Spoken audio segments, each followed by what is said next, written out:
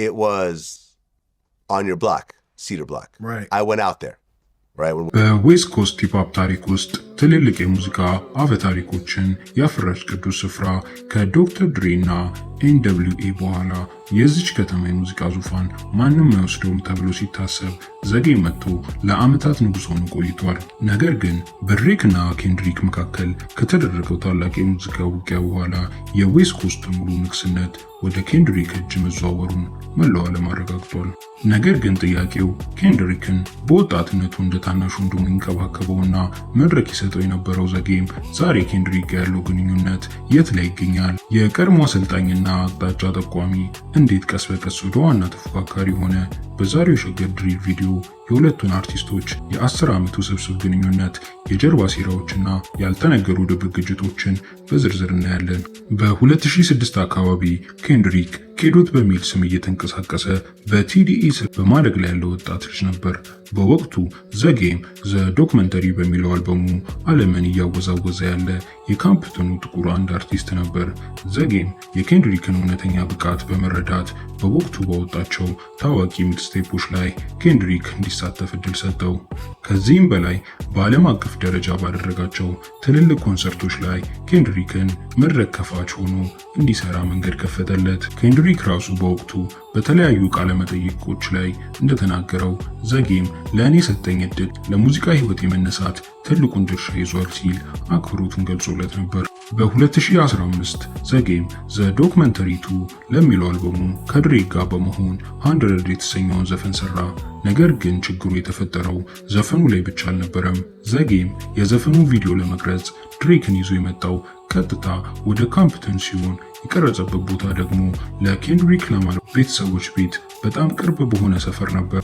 በወቅቱ በድሬክ እና ኬንድሪክ መካከል ድብቅ ጦርነት ተጀምሮ ስለነበር ድሬክ በዘፈኑ ላይ የሰነዘራቸው አባባሎች ኬንድሪክን የሚነኩ ነበሩ። የኬንድሪክ ካምፕኑና ቲዲኢ ይህንን ድርጊት እንደ ትልቅ ክህደት ቆጠሩት። ጠላታችንን ወደ ራሳችን ሰፈር ማምጣት ተገቢ ያልነበረን በሚል በመካከላቸው ትልቅ ክፍተት ተፈጠረ። በዘጌም እና በ50 ሴንት መካከል ያለው የቆየ ጠላትነት ታሪክ ይታወቃል።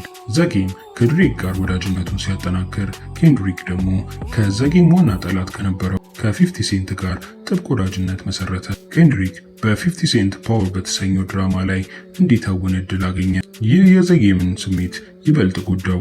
በ2024 በድሬክ እና በኬንድሪክ መካከል ይፋ የሙዚቃ ጦርነት ሲፈነዳ ዘጌም ገለልተኛ ነኝ ቢልም በሶሻል ሚዲያዎች ላይ የሚለቃቸው መልእክቶች ግን ለድሬክ ያደሉ ነበሩ።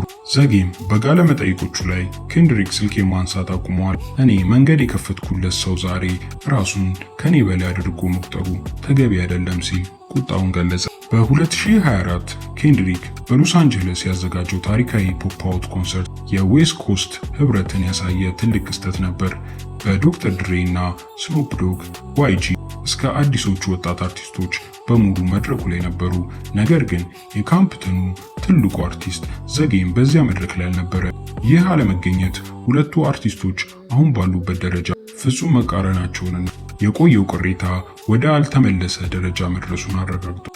ለዘጌም ቅርብ የሆኑ ሰዎች እንደሚሉት ኬንድሪክ ራሱን ማራቁና ዘጌምን እንደ አሰልጣኙ አለመቀበሉ ለዚህ ሁሉ ትልቅ ጥላቻ ዋናው ምክንያት ነው ሲሉ ተናግረዋል። ከአሰልጣኝነትና ከጠባቂነት የጀመረው የ10 ዓመት ጉዞ ዛሬ ወደ ድብቅ ፉክክርና መራራቅ አምርቷል።